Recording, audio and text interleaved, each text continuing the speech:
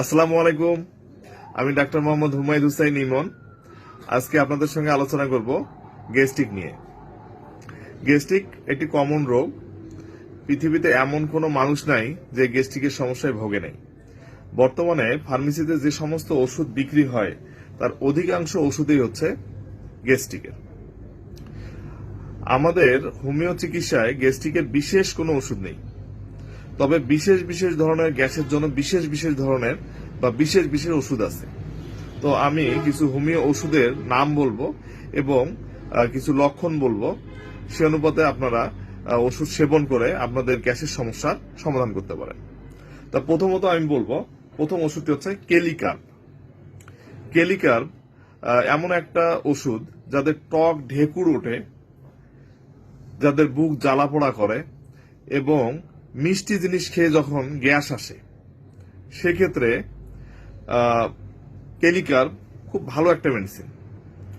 কেলিকার্বের একটা অন্যতম লক্ষণ হচ্ছে যা খায় তাই গ্যাস হয়, পানি খেলেও গ্যাস হয়, বা যা খাবে তাই গ্যাস হবে এবং তার একটা ঢেকুর আসবে। এর পরবর্তী ওষুধ হচ্ছে আইরিস ভার্স। আইরিস ভার্স এর লক্ষণ হচ্ছে বুক থেকে আগুনের সীসার মতো গ্যাস উঠবে, গলা পর্যন্ত উঠবে, গলা জ্বালা করবে। এ ধরনের লক্ষণে আইরিস ভার্স অত্যন্ত ভালো একটি মেডিসিন। এরপরে মেডিসিন হচ্ছে কার্বোভেজ।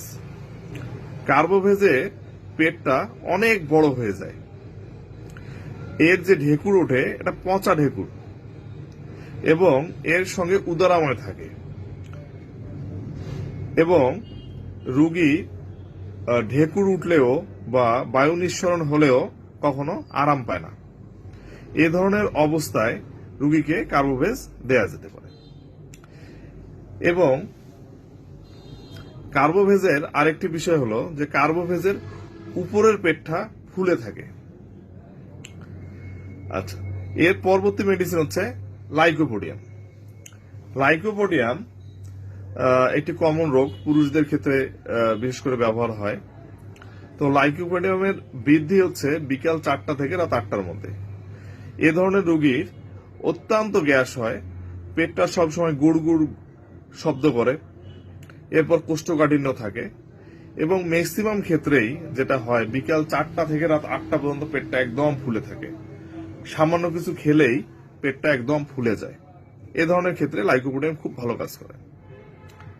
আর লাইকোপোডিয়ামের সাধারণত তল পেটটা ফোলা থাকে, একদম ফুলে যায়।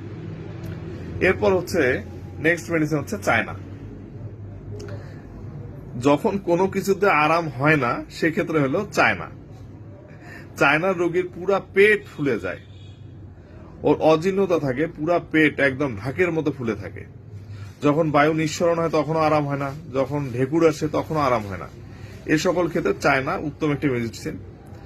সাধারণত ফল খেয়ে যদি কোনো রোগের সৃষ্টি হয় বা এ ধরনের গ্যাস হয়, সেক্ষেত্রে চায়না খুব ভালো কাজ করে।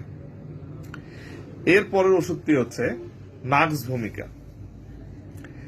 যখন আমরা কোনো গুরুপাক খাবার খাই, মশলাদার খাবার খাই, বা দাওয়াতের বাড়িতে খেয়ে আসছি বা হোটেলে গেছি, গিয়ে খুব মশলাযুক্ত আমরা ভাজা ভাজা খাবার খেয়েছি, খেয়ে যখন আমাদের গ্যাস হয় বা পেটের সমস্যা হয়, সেক্ষেত্রে নাক্স ভূমিকা খুব ভালো। আবার দেখা যাচ্ছে যে রাত জেগে যদি কখনো গ্যাসের সমস্যা আসে, রাত জেগে কোষ্ঠকাঠিন্য আসে, গ্যাসের সমস্যা চলে আসছে, সেক্ষেত্রেও নাক্সভূম খুব ভালো কাজ করে। Next medicine sulphur. যখন দেখা যাচ্ছে যে পেটের বাম দিকে পেট ব্যথা করছে এবং টয়লেটে পেট ব্যথার সঙ্গে টয়লেটে যেতে হচ্ছে, টয়লেটের চাপ সে কোনোভাবেই সহ্য করতে পারতেছে না, সেক্ষেত্রে সালফার খুব ভালো কাজ করে। নেক্সট মেডিসিন হচ্ছে র্যাফেনাস। র্যাফেনাসের গ্যাস উপরেও যায় না আবার নিচেও যায় না, পেট একদম ফুলে থাকে, যখন অসহ্য যন্ত্রণা হয় সে সকল ক্ষেত্রে র্যাফেনাস ভালো। নেক্সট মেডিসিন হচ্ছে টেরিবিনথিনা। এমনও রোগী আসে যে যাদের দেখা যায় যে প্রস্রাব বন্ধ হয়ে যায়, প্রস্রাব বন্ধ হওয়ার সঙ্গে আবার দেখা যাচ্ছে যে প্রচুর গ্যাস, প্রস্রাব বন্ধ হয়ে গেছে আবার প্রচুর গ্যাস। এই সকল ক্ষেত্রে টেরিবিনথিনা খুব ভালো কাজ করে। Next medicine অ্যাসাফিডেটা।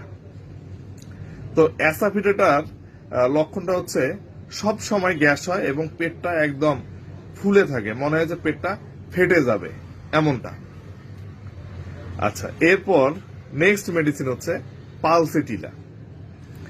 পালসেটিলার গ্যাসটা একটু ব্যতিক্রম।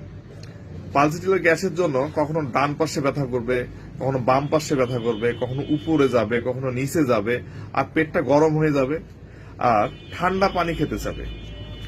এ ধরনের অবস্থায় রুগীকে পালসেটিলা দেয়া যায়। এরপর নেক্সট মেডিসিন হচ্ছে পেট্রোলিয়াম। যাদের চর্মরোগ আছে, চর্মরোগ সহ গ্যাস, এবং